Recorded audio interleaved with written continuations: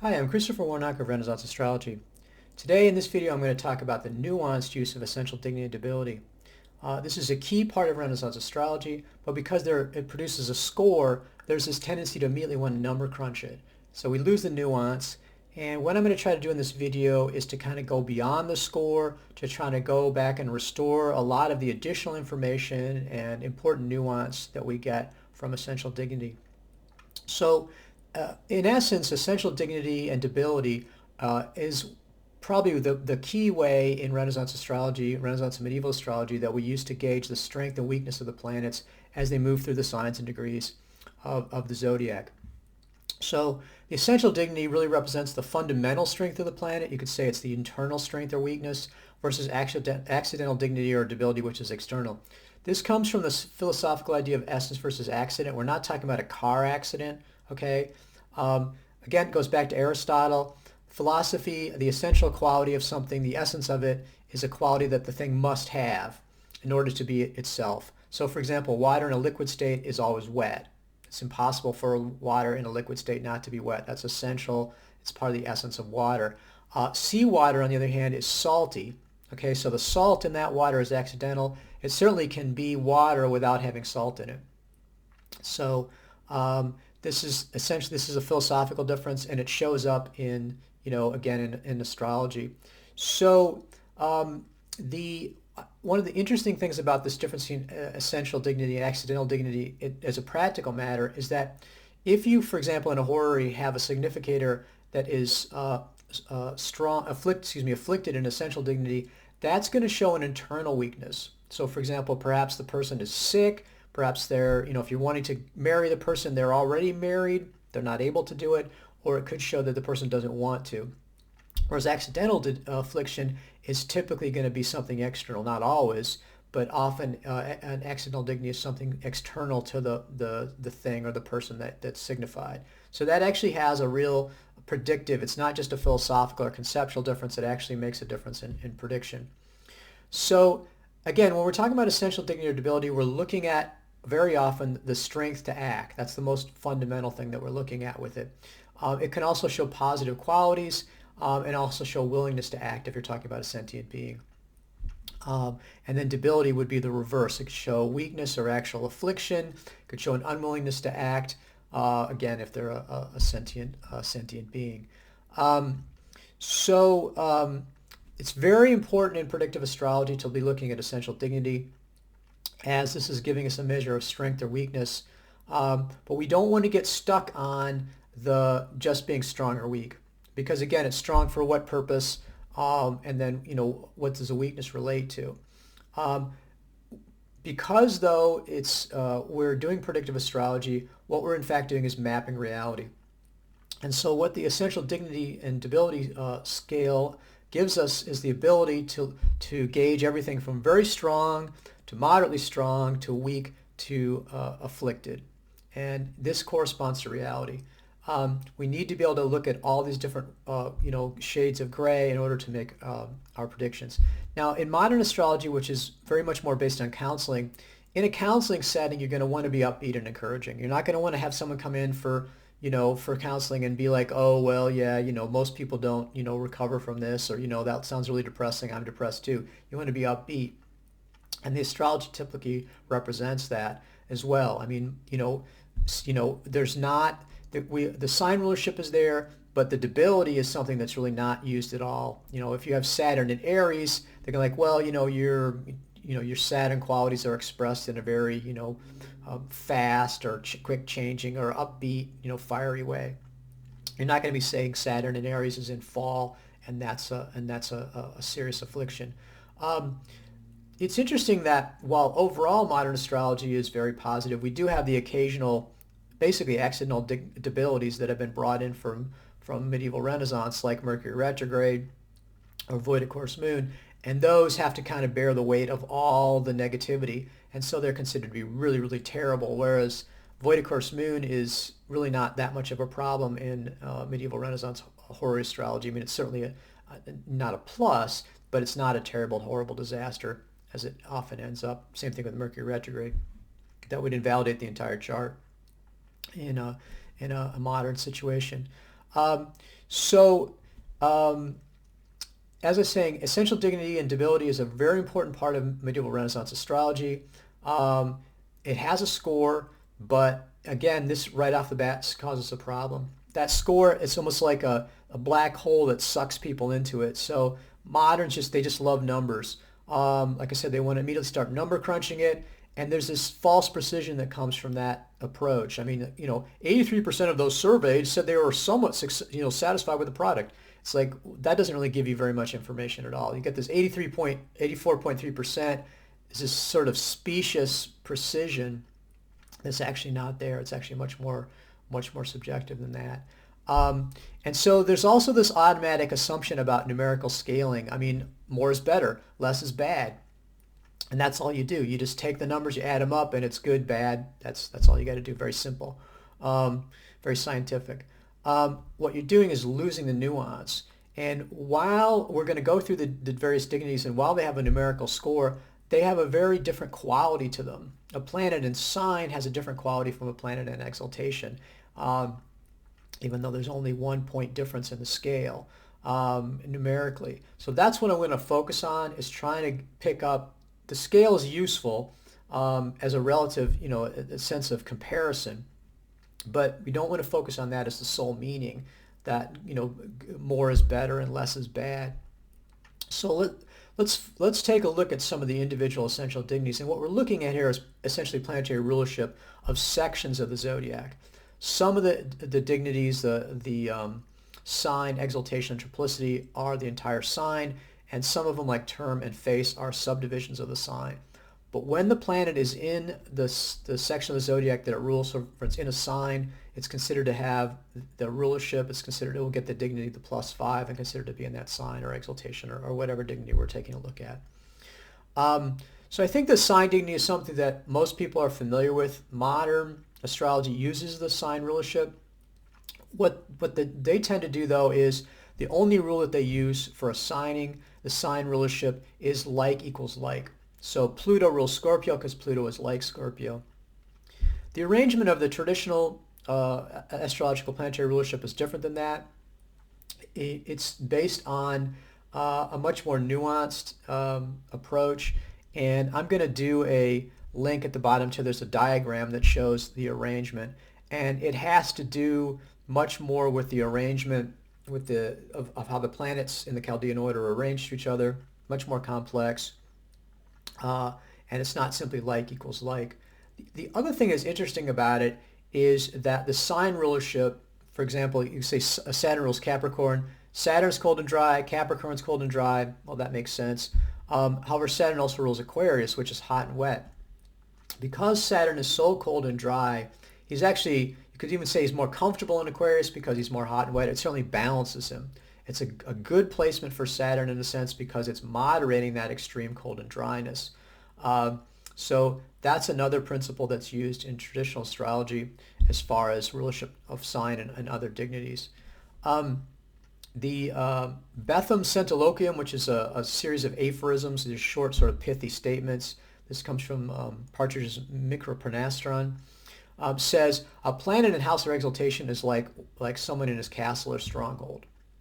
So I think that gives you a very, clear sort of image of what that sign dignity is. As I said, you're in your castle.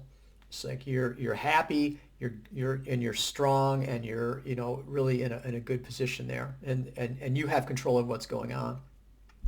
Sign then gets +5. So again, I'm gonna mention those scores, but I'm not going to focus on them massively. Now, the next essential dignity is exaltation. This is very much more mysterious. The planets, every single sign does not have a planet exalted in it. There's only 7 signs that are exaltations. Abu Mashar says that the exaltations show the position of planets at the beginning of the world, but we don't. I mean, there's all sorts of different. You can. I think Chris Brennan actually has a video on exaltations and all sorts of different possibilities on it. Interesting to think about. We don't have a definitive explanation for it set forth in traditional sources, but you don't really need to worry about that. They are set in terms of what the exaltations are. Originally, exaltations appear to have been a specific degree, and that's actually used. I have a page from the Book of the Treasure of Alexander that gives specific talismans for the exaltation degree. And so the exaltation, planet in its exaltation is going to be exalted throughout the whole sign. If it's in that exaltation degree, my sense of it is that that gives an even stronger expression of the exaltation. It's maybe even it's stronger or more intense at that particular degree. Certainly for those exaltation degree talismans, they need to be made with a planet in that exaltation degree. Now there's a whole bunch of different lists, and I also have those on my website. Different sources give different lists of what the exaltation degree is for certain planets, so that's another thing that you can argue about if you wanted to. So the exaltation is a strong dignity. It's particularly associated with kings and authority, and it may even be stronger than sign rulership if you're dealing with something having to do with kings or authority. And in our case, we don't have too many kings, but like a boss or a government or something like that. It's also said to be not as long-lasting. Lilly makes an interesting comment in his Christian Astrology. He says that exaltation can show pride or even arrogance. My experience with if you have a Hori significator, if the querent, for example, is an exaltation, it may show that they're pushing things too hard in the question, that they're overestimating their own position, or possibly that they're overestimating the desirability of the person or whatever they're seeking after. So again, more than just a little bit weaker than sign, the exaltation dignity has all these additional nuances and interesting facets to it. So the next dignity is what's called triplicity.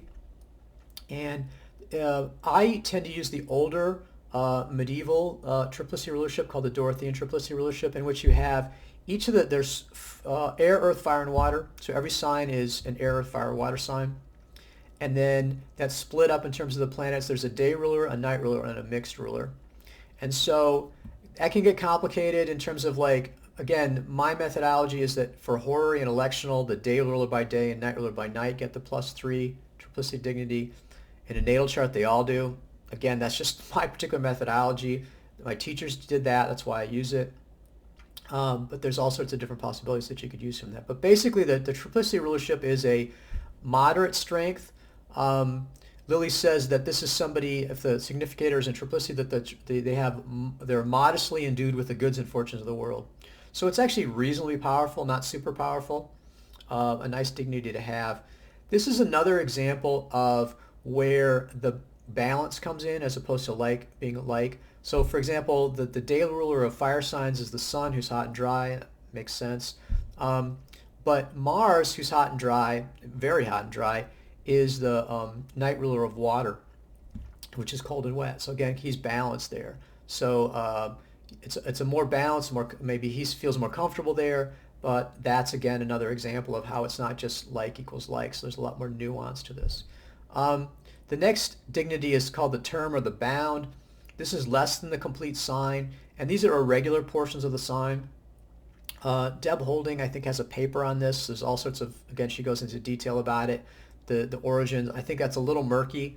Again, the other thing about terms is there's various, I guess there's Ptolemaic and Egyptian and Chaldean. I can't even keep them straight. You can see how important I think it is, which is not very important. It's a bit, like I said, a bit like choosing whether you have an Intel or AMD chip in your computer, whether you're using metric or English system. I know people get very obsessed with this and think that the technique is most important and you got to pick the right technique. My view is that there's not, there isn't a best term or whatever. Just like this, you don't want to get into the house system thing because that opens up a can of worms. But again, the term is +2. It's a weaker dignity. And Lilly makes an interesting comment. He says that the term has more to do with what the person looks like. So, for example, if your significator is in the term of Jupiter, you have a more Jupiterian appearance, which is interesting. It's used a lot in Lilly's, trying to describe the physical appearance of somebody. The term ruler is important. The final dignity is face, often in modern astrology called a decan. These are 10-degree subdivisions, 3 per sign, and they go in the Chaldean order for planetary rulership, starting with Mars. So the first face of Mars is ruled by Mars. Then it goes Sun, Venus, et cetera, going through the whole zodiac.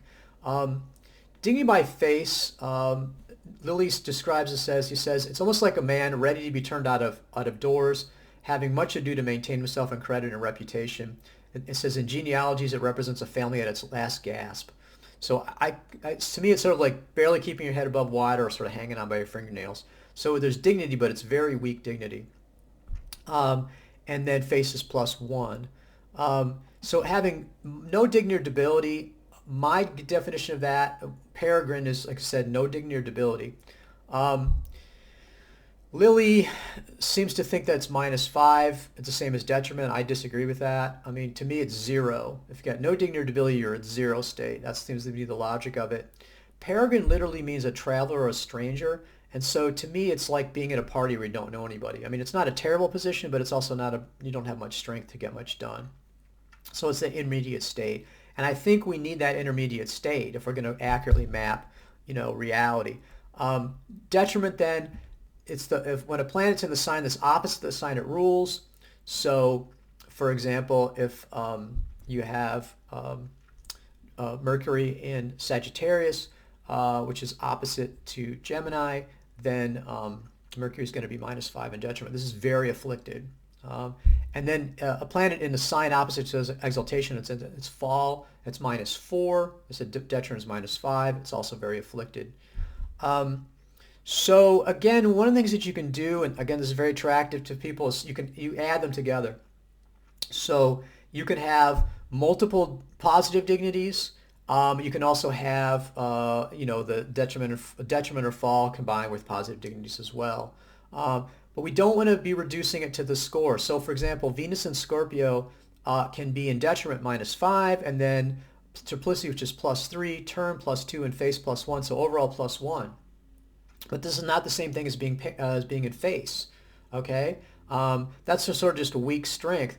Minus that situation where you're in detriment and all these other positive dignities, you've got lots of positive strength, and you've got also lots of problems as well. So for example, you could have somebody maybe who is very sick but really wants to help you out. So they're very willing to help you, but they're very sick, so they're unable to do so. So again, a lot more nuance. You need to be looking at all the individual things and not just reducing it to the score. In any case, being strong is not always good either. I mean, if you have Jupiter, which is a benefic, dignified by sign, rising, but the ruler of the 12th, in a horary that could signify affliction, stress, problems with secret enemies for the querent. Again, if you have a situation where the significant of your enemy is strong, that's not good either. So you just, again, I always want to say don't reduce this to scores, high score is good and low score is bad. It always depends on the context, always depends on the situation. And then you need to look at the underlying interaction of the dignities as well. So let me give a couple more examples of use, trying to break them down for the sort of the different types of astrology. In horary, so let's say we had the ruler of the first dignified by sign, the ruler of the seventh in detriment in a relationship question. The seventh ruler is representing the person you're asking about. The ruler of the first is the querent, the person asking the question. That would say, with the querent significator strong, that the querent really wants a relationship, is ready and willing to do it. But with the significator of the person asked about, ruler of the seventh, in detriment, that person is that alone, with no other indications that we're looking at, that person's very unwilling, unsuitable, or unable to have the relationship. So you're really unlikely to have a good relationship coming out of a situation where the significator of the person is really afflicted. Now, whatever else is positive in the chart, internally that person is, as I said, unable, unwilling, or unsuitable for the relationship. So it's really hard as a basis for anything to happen positively when you have that debility and the basic makeup of the person. In horary, essential dignity is very important because they're asking what will happen, and the strength to act is a very key consideration. If you're looking at natal astrology, traditional natal astrology, the essential dignity is less important. I mean, people will flip out if they, Jupiter's afflicted in my chart, and they'll start freaking out about it. It's like, it really depends on the context. A lot more of the qualitative nature of the sign comes out in natal. We're looking at the entire life. Everything that happens to you from when you're born to when you're 90 years old is going to be reflected in the chart. So the essential dignity of the planet and the strength of it it's still important, but it's not quite as key as it is in horary, and you don't need to flip out as much if, like I said, you have an afflicted planet in your chart. Nevertheless, if you have the second house ruler and Jupiter, who's a natural ruler of finances, both afflicted in essential dignity, then that's going to show some financial weakness and financial problems. If you look at electional astrology, again, the key significators, we want positive things to happen in an electional. That's what we're trying to do. So we need to have strong significators. We need to have them essentially dignified. They need to have the basic ability to act that the essential dignity shows. But again, it doesn't so much matter. I mean, you don't need to flip out as to whether or not, if you had, exaltation plus face, that's, you don't need to worry about that then versus the sign dignity. I mean, again, you're just trying to get, and this is one situation where you sort of can reduce it to the strength. As long as you got strong significators, you don't need to flip out too much about what the nuance of it is. So even there's an example where the nuance of not being nuanced. Now, an interesting case, astrological talismans. These are electional, so again, you want them strong. But then we get into this whole issue of talisman scores. And you'll notice if you look at Renaissance Astrology website that there are listings of the essential dignity scores with every talisman. And so the problem with that is people get a little carried away with that, and that'll be their primary consideration on choosing a talisman. I've had people say, oh, I'm not going to buy anything less than plus 11. Blah. And you don't want to get hung up on that. I mean, less than plus 11, I mean, a sun talisman, you can't get stronger than plus 8. That's the maximum strength sun talisman is plus 8. So, that's, each planet has a maximum score. And again, is that really necessary? What I would say about the high scores, when you're getting, really, you can get a reasonable talisman with plus 3 would do fine if you're doing it for yourself. My talismans, I try not to be less. Exaltation plus 4 is as low as I'm going to go. And that's still really good. You're getting a very strong, very positive, excellent connection with the planet with plus 4. So that's not something to be concerned about. And so what I would say about the scores, a bit higher scores, is it's a nice bonus, but it's really not necessary. And let me just talk a little bit about that in the context of, what are we even doing with a talisman? What is a talisman? If your view of the talisman is that it's some kind of battery and there's some kind of storing up some kind of energy, then it makes sense that the stronger the better, the battery, the better. So the stronger the dignity, the better the talisman, and that's all you need to worry about. My view, and what we're focusing on in Renaissance Astrology talismans, is the devotional practice. So the talisman is not the focus of, where the power really comes from. What we're really trying to do with the talisman is use it as a way to communicate with the angel of that particular planet or celestial factor or whatever we're dealing with. So it's like a door or a portal or like a cell phone or something. So, if you look at the different dignities, so triplicity dignity we could say is like an old-fashioned long-distance call. Or maybe a cell phone where it's pretty good, but you're dropping occasionally. So like, plus 1, it'd be like you can't even, it drops constantly. You can't even get the call through, So triplicity is fine. If you've got sign or exaltation, that's a good connection, but it's a phone connection, right? And so additional dignities above that, you might say like a plus 6, maybe like a T1 line, like 1,500 megabytes a second. Wow, that's really amazing. Plus 8, fiber optic, 5,000 megabytes per second. That's cool, that's nice, but is that really necessary? If you just want to make a phone call, if you just want to call up and say, hey, how you doing? I'm touching bases with you, which is essentially what I think an invocation is, a personal consecration, is to contact the planet, show your respect, keep that relationship strong. You don't need to have that. It's nice, it's cool, but it's overkill in some cases. And I've had people say, oh, I can't get the most expensive talisman that's plus 11 or whatever, so I'm not getting anything at all, when you're going to do really well with the less expensive, maybe less powerful talismans. Again, the other thing I would say about Renaissance Astrology talismans is the price is not necessarily an indication of its best. The price is often a reflection of the scarcity. And so as we're running out of talismans, the price will go up, and you have a perfectly good talisman, maybe even a better talisman that's less expensive because we're not running out of those at the moment. So I thought that was useful as far as essential dignity. It's really one of the main things that distinguishes the Renaissance medieval astrology from modern astrology. We have a gauge that allows us to see the strength and weakness of the planet. But what we want to make sure that we do is not lose the nuance of it, because the essence of a predictive system is being able to accurately map reality, and reality is very complex and very nuanced. So if we have a simplistic system, it's going to be an inaccurate system. And we don't want to get so complex that we can't even deal with it. But I think the traditional astrology has a nice balance there. You can learn it, use it, and you can make accurate predictions with it because of the complexity and nuance of it. So essential dignity, very interesting. Got a lot of interesting kind of uh, sideways and byways as we come to the various areas of it. I think that in astrological magic, like I said, it's important to focus on really understanding what those scores mean and how and what the importance of them is. Um, and I hope this is useful and people can see beyond just, like I said, the number crunching of the essential dignity and debility.